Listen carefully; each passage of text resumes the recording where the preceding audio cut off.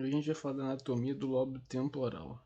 Primeira coisa é saber dividir o lobo temporal do parietal e occipital. A gente faz essa divisão a partir do delineamento de linhas arbitrárias.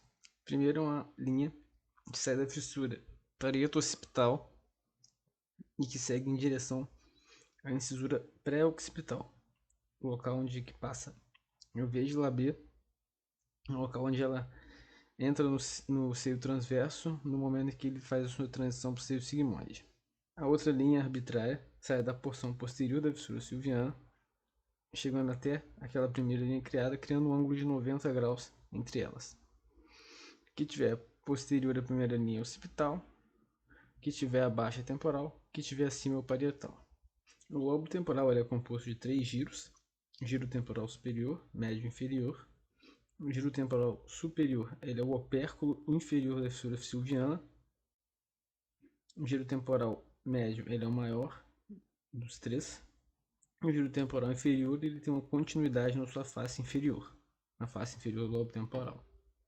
Esses 3 giros eles vão se afinar e se encontrar nessa região mais anterior, onde fica a asa maior do esfenoide, no local onde a gente chama de polo temporal.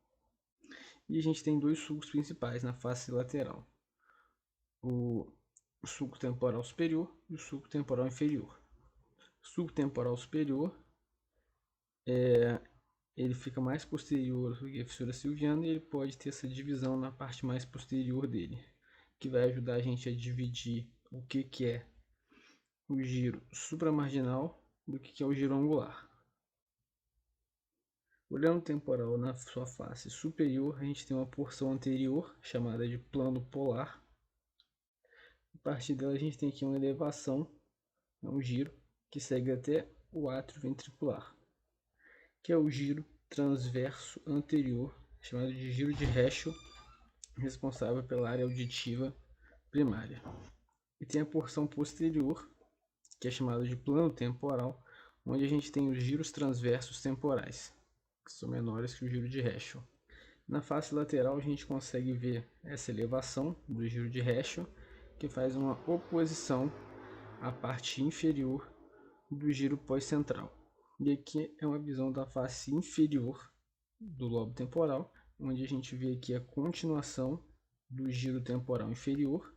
Acima dele a gente tem o sulco temporal inferior, que muitas vezes ele é descontínuo, não é um sulco profundo e que tem muita variação anatômica.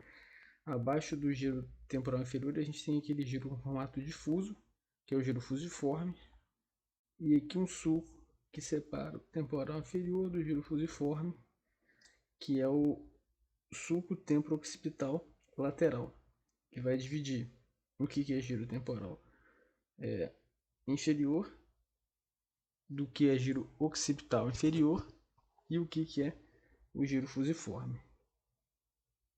Então, o sulco temporo-occipital lateral divide giro temporal inferior, giro fusiforme e o giro occipital inferior.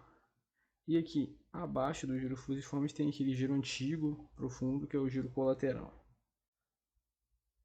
que vai se estender desde a porção mais anterior da fissura silviana até o polo occipital, que pode ser contínuo ou às vezes pode ser interrompido. Na outra face que a gente vê um outro sulco, que é o sulco rinal, que pode ou não chegar até a fissura silviana, mas a maioria das vezes ele não chega. Nesse caso aqui ele chegou. E aqui no final do sulco rinal a gente tem uma indentação chamada de impressão rinal. A impressão rinal divide o que é medial a ela, que é o uncus, e o que é lateral a ela, que é o polo temporal.